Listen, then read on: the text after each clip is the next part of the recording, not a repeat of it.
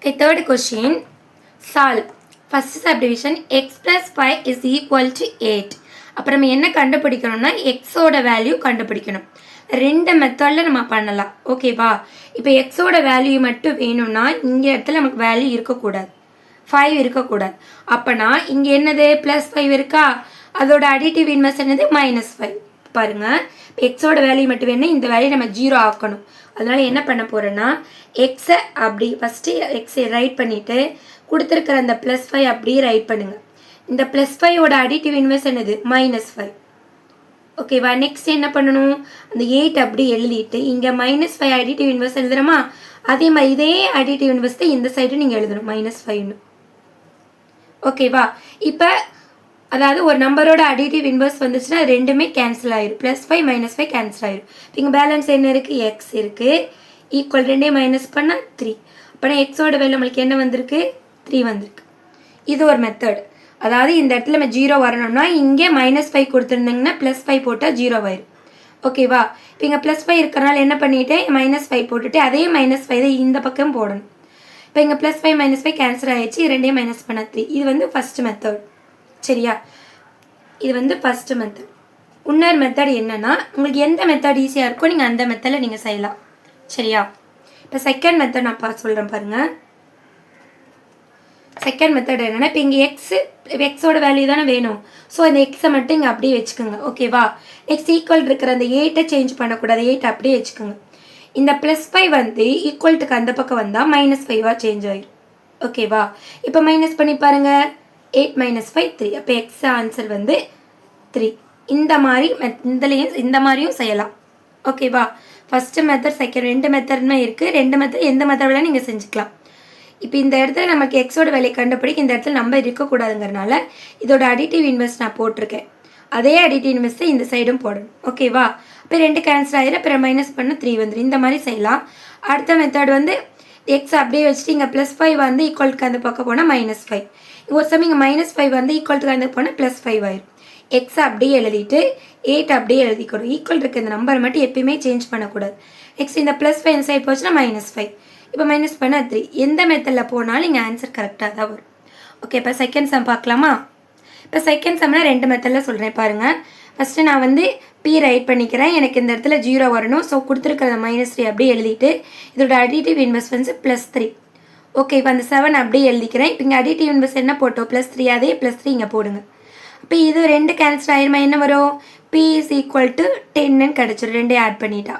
இது வந்து first method. சரியா? ஃபஸ்ட்டு. இப்போ செகண்ட் மெத்தட் எப்படி செய்வோம், நம்ம இந்த ஃபஸ்ட்டு P அப்படியே வச்சுக்கிறோம். ஈக்குவல் இருக்க 7 அப்படியே வச்சுக்கிறோம். இந்த -3 இந்த பக்கம் வந்தால் +3 ஆகுமா, ஸோ +3. ரெண்டே ஆட் பண்ணால் 10. அப்புறம் பியோட வேல்யூ என்ன வந்துருச்சு, 10 வந்துருச்சு. இந்த ரெண்டில் எந்த மெத்தட் வேணால் நீங்கள் செஞ்சுக்கோங்க. ஓகே, இப்போ தேர்ட் சப்டிவிஷன் பாருங்கள். 2x is equal to 30. இப்போ 2xனா அது எதுவுமே கிடையாது, 2 × xன்னு அர்த்தம். ஓகேவா? 2x எப்படி எழுதணும், எதுவுமே சைன் இல்லைன்னா 2 × அர்த்தம். இது எப்படி இங்கே +5 இருந்துச்சுன்னா அந்த சைடு போனால் ஈக்குவல்ட்டுக்கு அந்த போனால் -5 ஆகுதோ, அதே மாதிரி இந்த பக்கம் மல்டிபிள் இருக்குது, அந்த பக்கம் டிவைட் ஆகும். ஒரு சமயம் இந்த பக்கம் டிவைட் இருந்தால் மல்டிபிள் ஆகும். இப்போ நம்ம எக்ஸோட வேல்யூ மட்டும்தான் நம்மளுக்கு வேணும். ஸோ எக்ஸை மட்டும் வச்சுக்கோங்க. இந்த 30 சேஞ்ச் பண்ணக்கூடாது. இந்த மல்டிபிள் 2 இந்த பக்கம் வந்தால் டிவைட் 2 ஆயிரும். ஓகேவா? இப்போ 2 டேபிள் சொன்னீங்கன்னா 30 எத்தனை டைம் வரும்னா 15 2s are 30. ஓகேவா? உங்களுக்கு டிவைட் பண்ணி காமிக்கணும்னா இங்கே பண்ணி காமிக்கணும். 30யை 2ஆல் டிவைட் பண்ணோம்னா 2 1s are 2, மைனஸ் பண்ணால் 1, 0 கீழே கொண்டு வாங்க 10, 5 2s are 10. ஓகேவா? அப்புறம் 2வை 30ஆல் நம்ம டிவைட் பண்ணுறப்ப நம்மளுக்கு என்ன கிடைக்கிது, 15 கிடைக்கும். எக்ஸோட ஆன்சர் வந்து 15. நல்லா புரிஞ்சுக்கோங்க. மல்டிபிள் அந்த சைட் போனால் டிவைட் ஆகிடும். ஓகேவா? நெக்ஸ்ட்டு ஃபோர்த்து சம் பாருங்கள். m / 6 is equal to 5. இது வந்து டிவிஷனில் கொடுத்துருக்காங்க. நம்ம எம்மோட வேல்யூ மட்டும்தான் நம்மளுக்கு வேணும். ஓகேவா? அதை அப்படியே வச்சுட்டு இந்த 5 அப்படியே வைங்க. நெக்ஸ்ட் இந்த பக்கம் டிவைட் இருக்குது, இந்த பக்கம் வரப்போ என்னவாயிரும், மல்டிப்ளிகேஷனில் ஆயிரும். சரி, அந்த சைடு வரப்போ என்னவாயிரும், டிவைடு மல்டிபிள் ஆயிரும். ரெண்டே மல்டிபிள் பண்ணால் என்ன வரும், 5 6 are 30. So answer is 30. ஒரே ஒரு கான்செப்ட் தான்.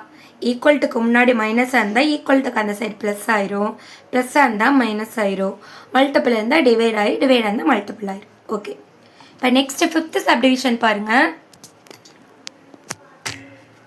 ஓகே, இப்போ என்ன பண்ணலான்னா இங்கே இது வரைக்கும் பண்ணது வேறு, இது கொஞ்சம் டிஃப்ரெண்ட்டாக இருக்குது, நல்லா லிசன் பண்ணுங்கள். ஃபஸ்ட்டு இந்த 7x என்ன பண்ணிக்கிறோம், நம்ம அப்படியே ரைட் பண்ணிக்கிறோம். ஈக்குவல் இருக்கிறத 8 அப்படியே ரைட் பண்ணிக்கிறோம். இந்த +10 இந்த பக்கம் வந்து என்னவாயிரும், -10 ஆயிரும்.